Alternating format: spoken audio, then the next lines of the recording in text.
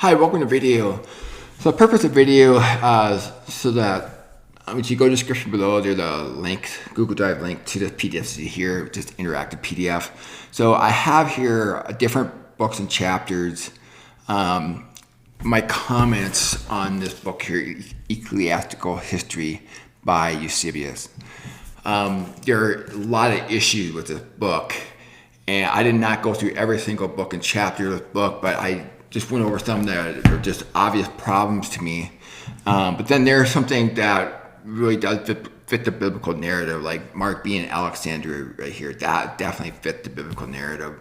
But there are things that just does not fit the biblical narrative at all. So you might be wondering, well, how did I write to my biblical narrative? So that's where hermeneutics comes in. So I have a PowerPoint. You should go to my videos on hermeneutics. And so as you can see here, so the foundation, here, just move this over a little bit. So the foundation derived to context. So it starts at the bottom and you build your way up to the context. So foundation, original language, alrighty. So yeah, so it's important to overcome the translation biasness. Boy, it's an obstacle course. I had to overcome a lot of translation biasness to get to the author's intent, and it's really bad out there. Translations, there's a lot of translation biasness. There's no wonder why partly why there's so much confusion in the church. That's one of the reasons. There are many reasons why there's so much confusion, but original language, chronology, order, things were revealed to original audience, the Bible, time indicators in the scriptures. Your typical believer today just completely blows them off. Typical believer today does not look at things from a chronological perspective of the Bible. Who wrote the text? God was ultimately behind it. Audience relevance, what it mean to them, the people that it was written to and are spoken to. Setting, what the setting when the text was written, where. I skipped grammar there. Even people with PhDs who have a voice out on the internet or whatever, they just skip right over it. And when your view does not fit the basic rules of grammar of scripture, you will not have the author's intent. And then finally reach to the context. So this is the hermeneutical model that I used, and I was consistent with this. Your typical instructor at a seminary, they might teach hermeneutics, but are they consistent with it? I'm not going to mention the gentleman's name, but he's trying to go over the book of Revelation, just some church thing. He taught hermeneutics at seminary, and he was not consistent with his hermeneutics at all. And I believe this is typical. So anyway, just so you're aware, and so I'm consistent with this, and that's how I realized over time, through much study, it's like, wait a minute, this just does not fit. This idea of Peter just heading off to Rome and banning the house of Israel, it just does not fit. And the more I studied and what language was known and the history, and then I looked at topography, logistics, and the more I studied, I'm like, there's just no way on God's green planet or Peter just headed off to Rome. And so I eventually realized that Eusebius was the one behind it that rewrote history. And I have a video that basically I kind of go over the motive, why he did what he did. And so, so this is for you. So anyway, back on what I was saying, what I was trying to get at with the hermeneutics, was first you realize you have to really dig into scripture to piece all this together. And I realized at one point, wait a minute, somebody had to rewrite history here. And I timed it around Constantine. And then I had lunch with a friend who was a seminary grad, and he pointed out to me, yeah, during that time, Constantine destroyed a lot of history. Now, I don't know if he's saying that Constantine himself did or somebody underneath him, but that makes sense because that allowed whoever rewrote history to get away with it.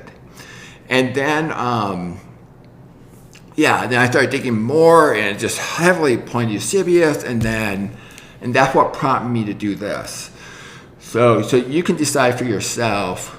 I particularly encourage you to first 6 here, parts 1 through 6. Go through that. You'll see where I'm coming from. We have to understand who the writer was. Were they an apostle of Jews, apostle of Gentiles?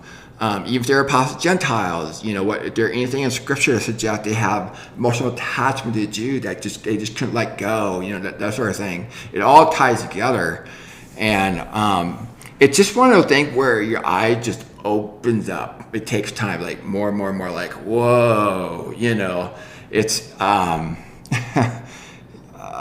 yeah, it's just one of those things that very few realize. We're talking less than 1% of 1% of believers. We're talking very few. And it takes good, solid hermeneutics to get there. Again, this is the model I use. And being consistent with it. And just doing your homework and studying. And eventually you'll see what I'm saying.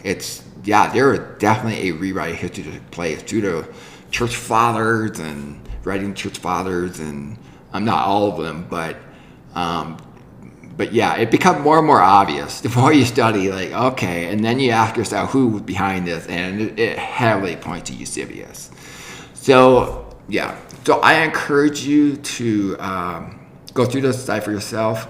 So I believe this is true here.